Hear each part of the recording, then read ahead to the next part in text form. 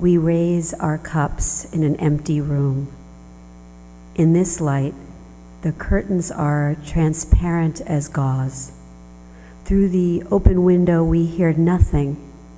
No airplane, lawnmower, no siren speeding its white pain through the city's traffic. There is no traffic. What remains is all that remains. The brick school at the 5 Points Crossway is drenched in morning glory. Its white flowers are trumpets festooning this coastal town. Will the eventual forest rise up and remember our footsteps? Already seedlings erupt through the cement. Crabgrass heaves through cracked marble. Already wolves come down from the hills to forage among us. We are like them now, just another species looking to the stars and howling extinction. They say the body accepts any kind of sorrow, that our ancestors lay down on their stomachs in school hallways. As children, they lay down like matches waiting for a nuclear fire. It wasn't supposed to end like this. All ruin and beauty, vines, water falling down, a century's architecture. It wasn't supposed to end so quietly, without fanfare or fuss. A man and woman collecting rain in old coffee tins. Darling, the wars have been forgotten. These days, our quarrels are only with ourselves. Tonight you sit on the edge of your bed, loosening your shoes. The act is soundless, without future weight. Should we name this failure? Should we wake to regret at the end of time, doing what people have always done, and say it was not enough?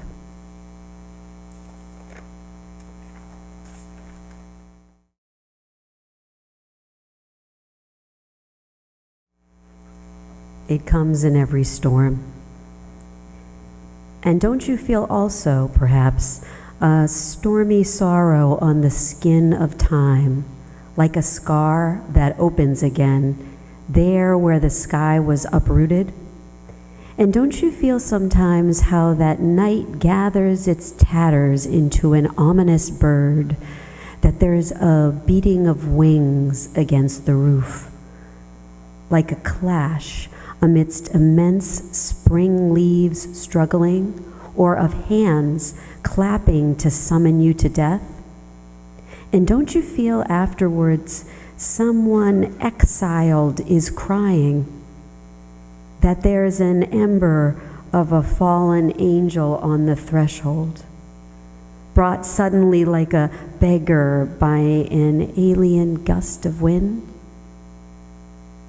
And don't you feel like me that a house rolling toward the abyss runs over you with a crash of crockery shattered by lightning, with two empty shells embracing each other for an endless journey, with a screech of axles suddenly fractured like love's broken promises? And don't you feel that your bed sinking like the nave of a cathedral crushed by the fall of heaven, and that a thick, heavy water runs over your face till the final judgment? Again, it's the slime. Again, your heart thrown into the depth of the pool, prisoner once more among the waves closing a dream. Lie down as I do in this miserable eternity of one day. It's useless to howl. From these waters, the beast of oblivion don't drink. Before I begin, I would like you all to settle into your seats. Take a deep breath and close your eyes and imagine a stormy sky. The clouds are tinged with glow. Patches of blue peek through, but the sky is stormy. Hills give way to thundering sky before the clouds give way to blue. This is what I imagine when I imagine an end of the world sky, very similar to an El Greco painting. An aura of doom even with a sunny sky, each cloud holding something tumultuous and secretive back. And though the painting I am thinking of, the view of Toledo, is not about the end of the world, its sky shares similarities with many an apocalyptic painting. The German painter Ludwig Mayr, in his piece Apocalyptic Landscape, also depicts chaos. Clouds that, though they also have glow, are sharp, pointed, looking as though they will pierce the tiny bits of blue that still exist amongst the storm. In a world that seems on many days ready to give way to El Greco skies, I think it is important for people who love this world to think about what we do, how do we act in the face of an end. Regardless of the world ending or not, there is hope to be found in seeing or visualizing the end and living beautifully in the face of possible ruin.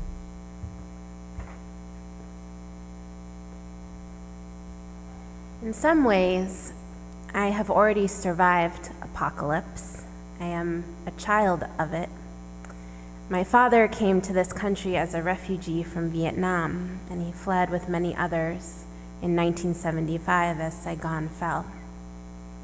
He woke up one day, and the country he had known was gone.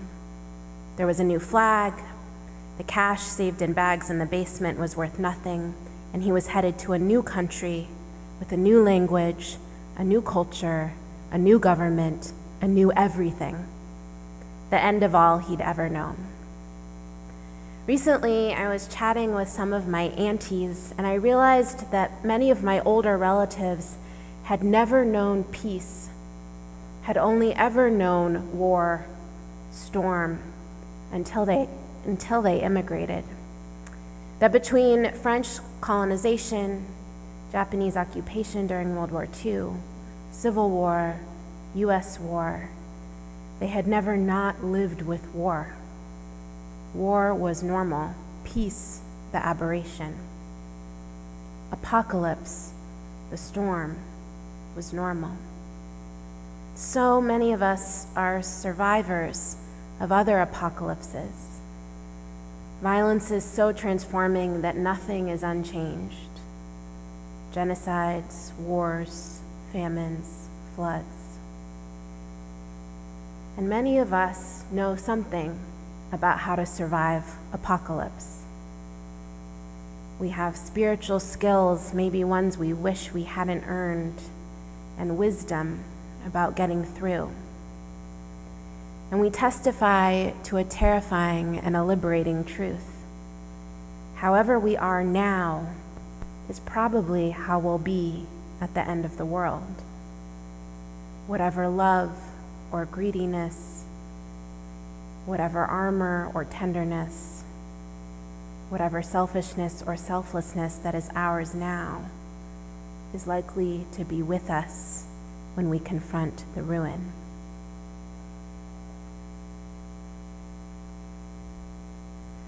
And as I think of the ruin ahead and the ruin we already know, I think about the children I take care of.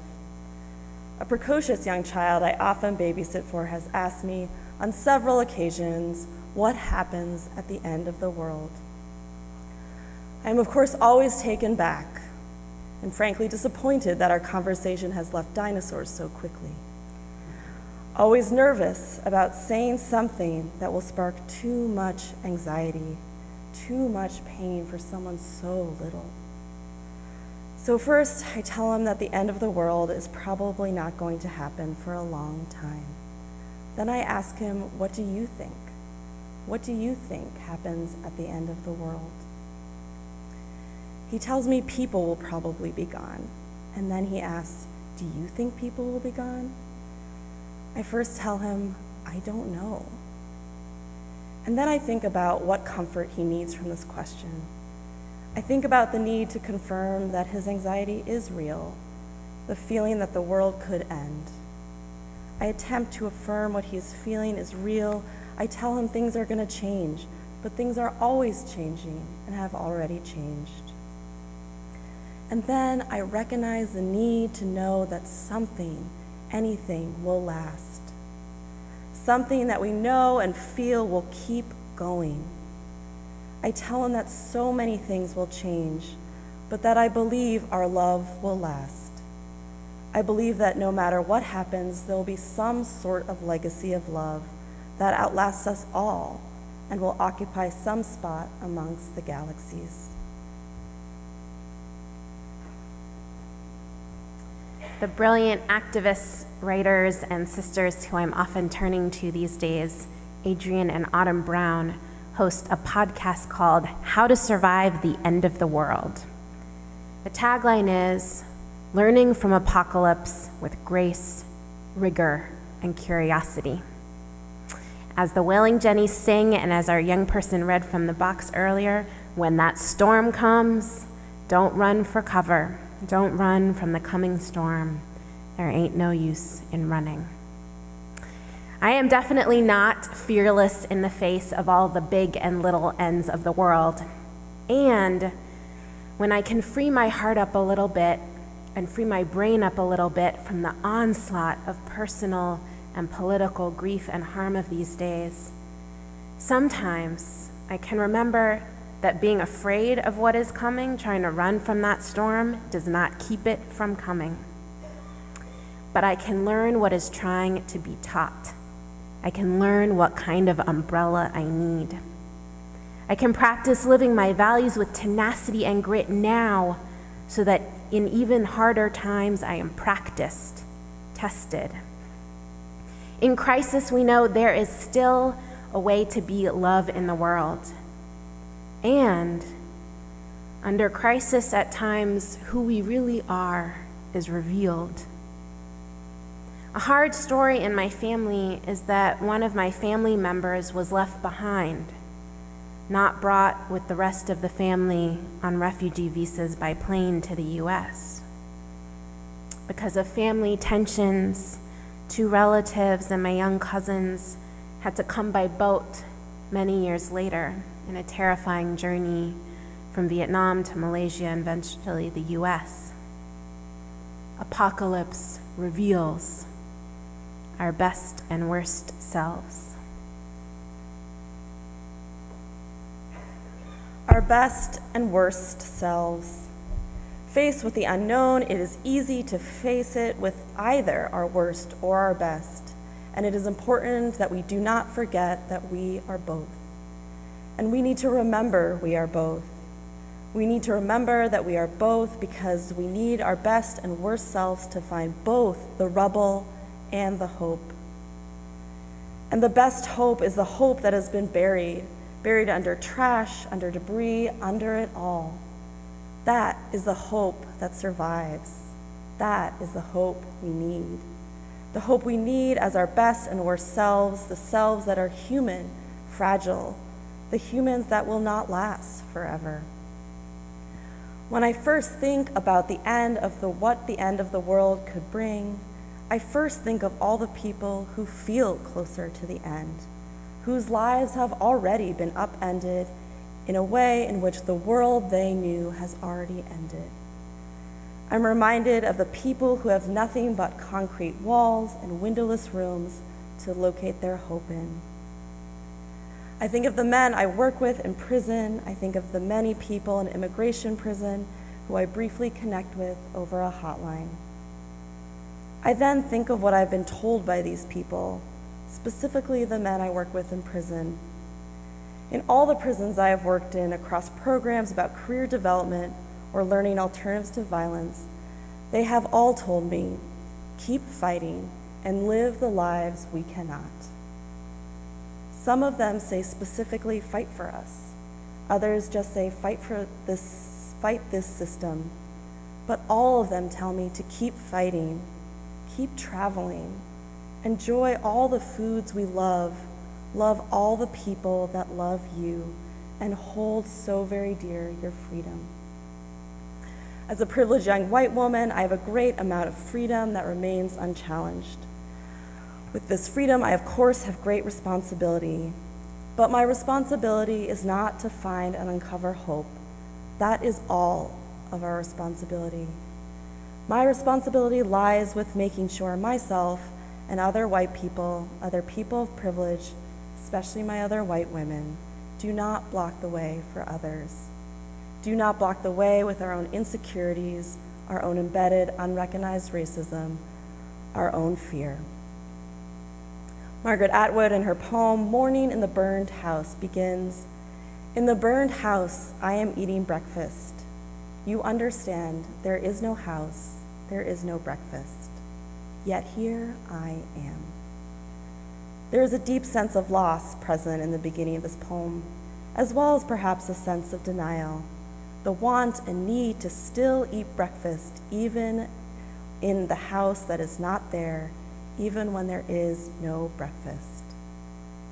I'm reminded of our reading earlier and think, in this house, we are like them now, just another species looking at the stars and howling extinction.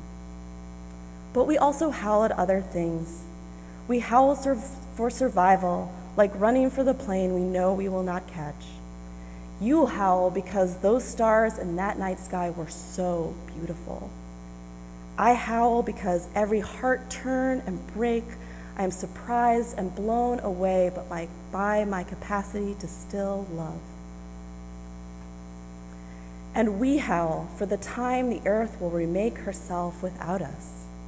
Do you see that and hear that and feel it? It is the forests regrowing, the oceans reforming, and the mountains climbing into sky made of a howl that echoed with a love as its force.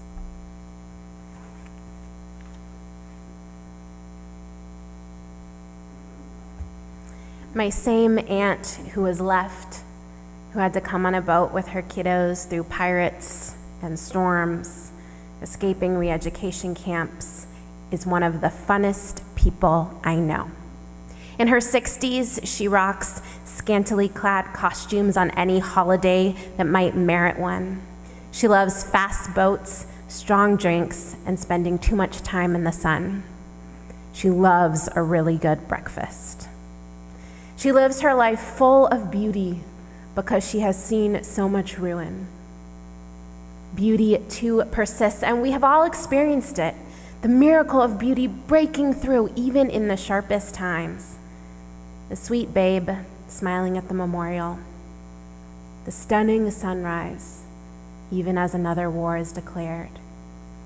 The swell of beautiful voices raised in song, even as injustice persists. Pastor Beatriz Rivera taught me, put your hand over your heart. Maybe just try it. Put your hand over your heart. Feel it beat. She says, every day that your heart beats is a day you have a purpose, is a day where beauty is possible. It does not come easy, amen, to find the beauty in the ruin, to let them coexist. It's a spiritual practice for me, a discipline to hone for these days and the days to come. Words from Adrienne Marie Brown, host of that How to Survive the End of the World podcast. She says, we are living in impossible times. If it were fiction, it would be critiqued as hyperbolic. If it were nightmares, we would never sleep. We are living in times created by our own species. She says, I can't remember the last time my tears weren't human-made. She says, it feels like everything is broken, and we must, each of us, fix our attention on the nearest wound, conjure within us the smallest parts of ourselves that are still whole, and be healers. Heal with words and prayer and energy. Heal with money, clean water, time, action. She writes, there's enough destruction, there's enough nothingness swallowing the living world. Don't add to it, there's enough. Our visions are ropes through the devastation. Look further ahead like our ancestors did. Look further, extend, hold on, pull, evolve. At the end of the world, I believe we need all our sources of wisdom, and what better wise ones to turn to in these times than an astrologer. So we're going to close with words by one of our favorites, Chani Nicholas. We were made for this. Born for this, brought into being for this, have no choice but to be sturdy enough for this. We were made for this. Forged in the fires of this, created in the image of this, blessed by the knowledge of this. We were made for this. Because it has come to this, because we choose to come to this, because everything that has been passed to us has been for this. We were made for this. We are clear, and we are wedded to this. We are in this to win this. We were made for this. Too many lives have been lost for this. Too many dreams smashed for this. Too many families, homes, counties, countries torn apart for this. There is no choice but this. We were made for this. We know that the only thing that truly matters is this. No money, no power, no praise, nothing outweighs this. We were made for this. You can rearrange the world, say up is down, harm is harmless, good is your God, evil is ours, your right is our wrong, but you are wrong. We were taught this. We were made for this. You can edit the alphabet, the Bibles, the scriptures, the laws, the testimonies, and we will still be here on this, immovable from this, relentless in this, loving this too much to let you take this. Because we were made for this. And this was made for us. There is no way for you to keep us from this. We were made for this.